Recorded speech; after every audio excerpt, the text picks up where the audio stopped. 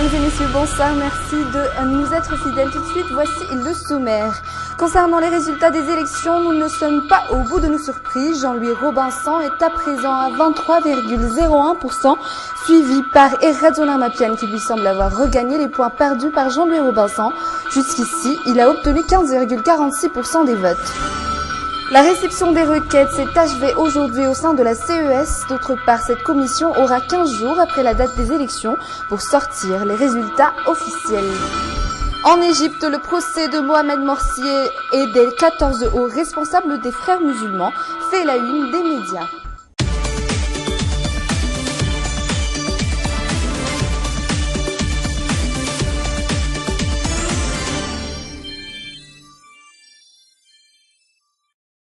De nouvelles tournures dans la sortie des résultats provisoires des dernières élections.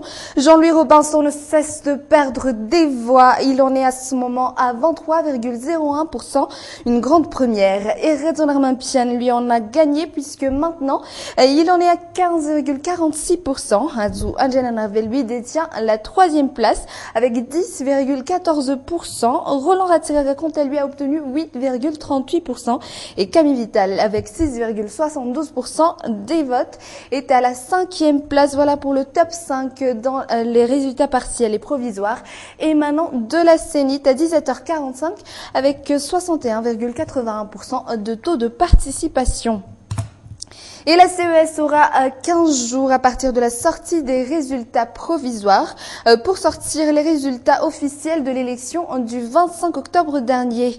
La réception des plaintes et requêtes au niveau de cette commission concernant les dernières élections s'est achevée aujourd'hui. Armi Saragoutbe et Yves Janel. La CES est chargée d'étudier les requêtes déposées après les élections, ce qui débutera demain après la clôture de la réception des requêtes aujourd'hui. Le trucage des voix, la demande de confrontation et bien d'autres encore, tels sont les exemples de requêtes que devront étudier cette commission selon le président ce jour. Il a également ajouté qu'ils ne pourront s'y mettre qu'en se soumettant aux lois en vigueur.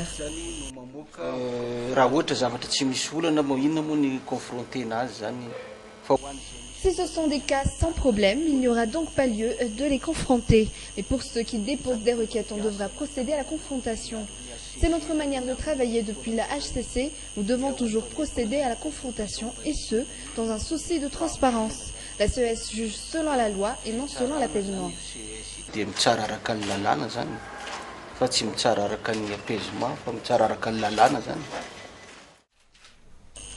Les requêtes émanent de simples citoyens, de candidats qui étaient aux environs de 10 jusqu'à ce soir. Ils reçoivent également des requêtes venant d'observateurs étrangers. Les observateurs et sociétés civiles africaines sont d'avis que tous doivent faire confiance à la CES.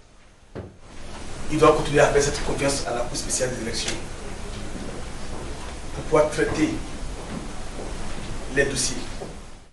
Les résultats officiels émanant de la CES seront connus au plus tard, le 23 novembre prochain. Et les collectifs des candidats sont sortis de leur silence après l'élection présidentielle du 25 octobre dernier.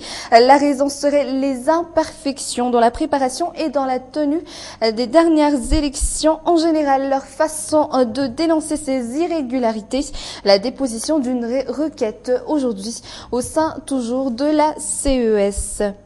Et les Fouktans sont les premiers à être blâmés dans l'affaire de la liste électorale.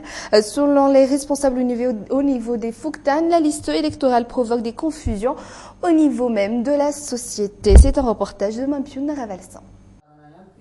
Des cris, des gros mots et même des insultes, voilà ce que subissent les responsables au sein des Fouktans venant des citoyens non inscrits dans la liste électorale.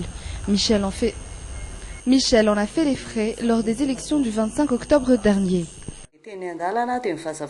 J'étais dans la rue quand on m'accusait de 2 poids de mesure. Toute une famille n'a pas eu la carte électorale, alors que ce n'est pas le Fouktan qui a saisi la liste électorale, c'était la Sénite. Le Fouktan est la structure la plus proche du peuple. Il est le seul qui semble être concerné par ce problème de liste électorale. Malgré qu'au sein de Fouktan, on peut recevoir des plaintes, certains ne semblent y porter de l'intérêt. Ils ne font plus confiance au Fouktan, un problème qui doit être réglé au plus vite. Ce problème a tout chamboulé au niveau du Fouktan. C'est comme si nous avons rejeté ceux qui n'étaient pas en possession de leur carte électorale. Le Fouktan n'en est en rien responsable de cela. C'est la Sénit qui a envoyé ses agents recenseurs au niveau du Fouktan en faisant du porte-à-porte. Ne blâmez pas le Fouktan, c'est la Sénit qui en est responsable. Le Fouktan ne peut pas à lui seul prendre des décisions quant à ce problème de liste électorale. Ils attendent des instructions venant de la Sénit pour les prochaines élections. Et 3 foyers ont été victimes d'attaques de 8 bandits armés dans le Fouktani Mandaltsmaka commune à Moudzalinck le soir du samedi 2 novembre dernier. Résultat, un père de famille a perdu la vie, un autre a été grièvement blessé. Les bandits ont pu dérober des millions d'ariars lors de cette attaque. Des appels au secours, des coups de sifflet. Les bandits ont fait leur possible pour piéger ce foyer, d'où la perte du père de famille. 2 coups de feu ont éclaté ici. Cette famille a été prise par surprise dans leur sommeil. Cette mère de famille devenue veuve, le temps d'une soirée, en a même perdu sa voix.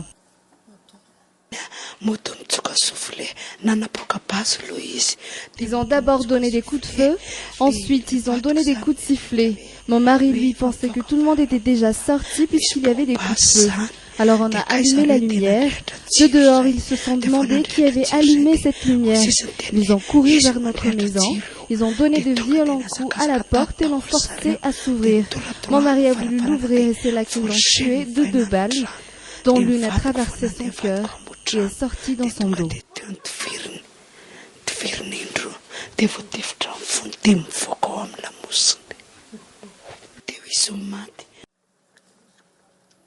Des bijoux en or, un téléphone portable, une somme de 120 000 ariars, une moto et un poste téléviseur. Voilà ce que les bandits ont pu dérober après avoir attaqué la maison voisine. Deuxième foyer qu'ils ont attaqué la nuit du samedi vers 23h dans la commune d'Ambouidzanak. 3 hommes ont fait le guet, 5 autres étaient masqués et 3 d'entre eux étaient munis de kalachnikov et se sont rués dans la maison. Un père de famille en a été la victime.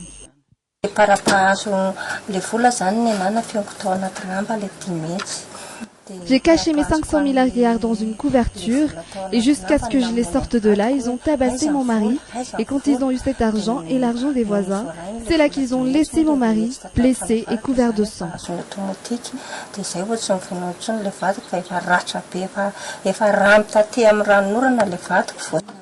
Les bandits ont pu filer en douce après leur acte de délinquance. Personne n'a pu les identifier. En tout cas, toutes les victimes sont unanimes. Les bandits ne sont pas de la capitale, ce sont des côtiers. Les habitants des quartiers n'en dorment pas la nuit. Ils ne sont pas tranquilles. C'est d'ailleurs la 3e attaque depuis le début de l'année 2013 dans le Fouktan Mandaltsmak.